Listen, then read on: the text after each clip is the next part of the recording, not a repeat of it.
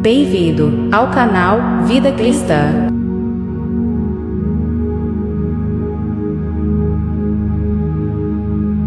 Eu pergunto aos religiosos cristãos em que a morte de Jesus salva a humanidade. E ninguém consegue me responder. O que salva a humanidade é a vida de Jesus, não a morte de Jesus.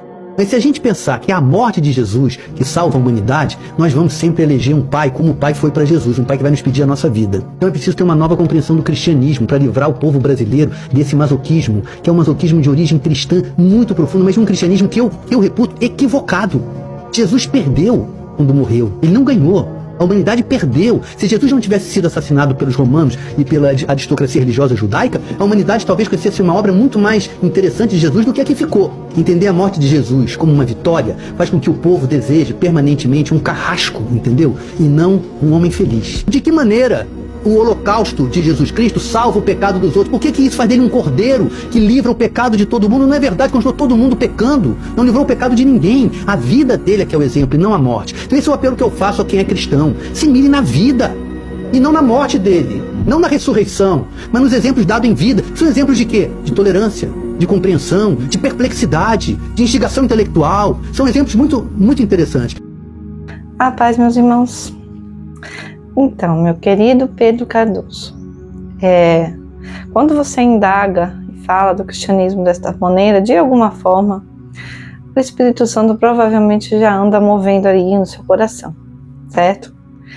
E eu vou te dizer uma coisa, se Jesus tivesse vindo, mas não tivesse feito nenhum milagre, se Jesus tivesse vindo e não tivesse ensinado nada, só morrido na cruz, já seria o suficiente. E ele ressuscitou, ele está vivo, ele não está morto, entende? Não foi uma derrota, foi uma vitória, porque a vitória, como vocês estão acostumados a vida materialista, vocês não entendem o fato de que a vitória é espiritual, é no campo espiritual, é no campo que é incompreensível para o ser humano quando ele não está com Cristo. Quando ele não está no mundo espiritual, não entende o mundo espiritual. Então, eu gostaria aqui de falar no versículo da Bíblia, já que você diz que nós não lemos a Bíblia, nós lemos a Bíblia. E é um livro que eu leio repetidamente, apesar, eu não gosto de repetir nada, mas o livro da Bíblia, eu sempre estou repetindo. Sempre vem lá um versículo que eu já li umas 300 vezes, eu volto a ler de novo.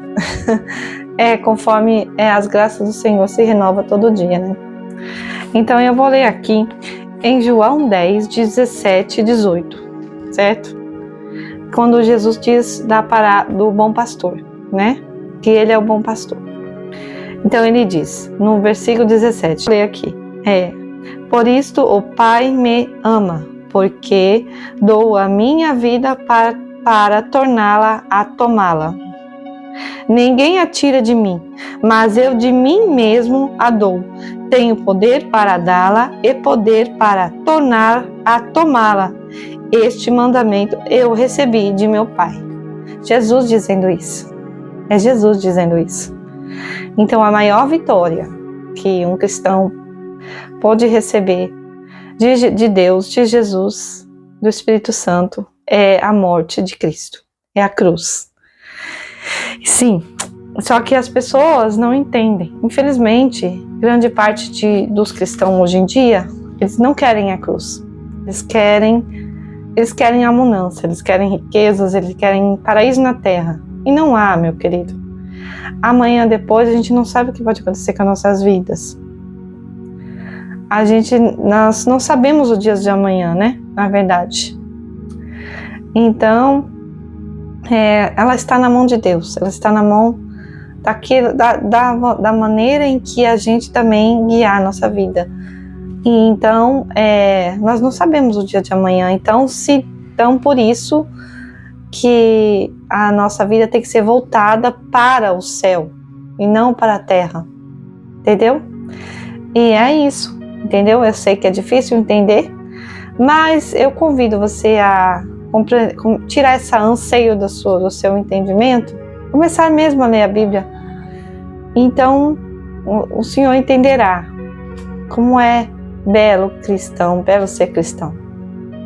é incompreensível realmente. Muitas pessoas dão a sua vida por amor a Cristo. Elas dão a sua vida, literalmente.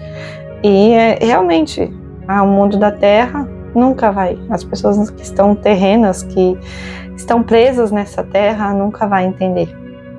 Mas a partir do momento em que você está buscando aprender, entender,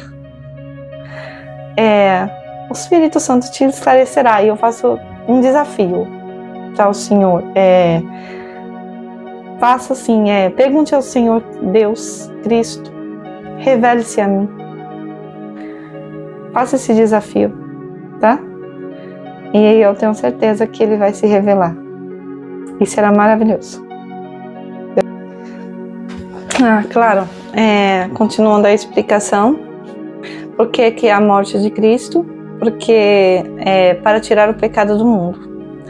Então, uma vez que para tirar o pecado do mundo, só Deus pode remediar isso, devido ao acontecido de Gênesis, né? E aí, o que aconteceu? Aconteceu a questão do Gênesis, em que a Eva comeu a maçã e Adão, a maçã não, né? Ou a fruta do pecado. E aí, o que aconteceu? Deu-se ali, aí a reparação do erro foi feita pelo próprio Deus, entendeu? Que é Jesus. E aí era necessário Israel matar um bezerro para todo sempre, para expiação dos pecados, para encobrimento dos pecados. Mas Jesus aniquilou o pecado. Aí fala, mas as pessoas continuam sofrendo, as pessoas continuam pecando. Mas isso é uma decisão do homem. Mas aí existe a chave da porta do céu que Jesus tem, que é a morte dele por nós. E para que a gente possa segui-lo e viver em fé com ele, para que a gente possa entrar no céu.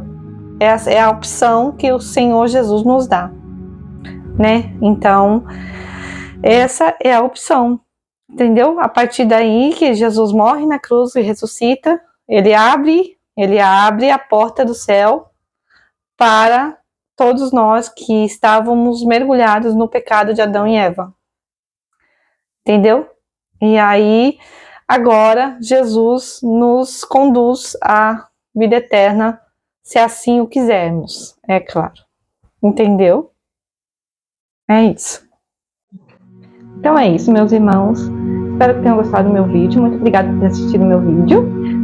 Compartilhe, inscreva-se, dê o like, comente aqui embaixo. Que Deus os abençoe. Até o próximo vídeo e tchau!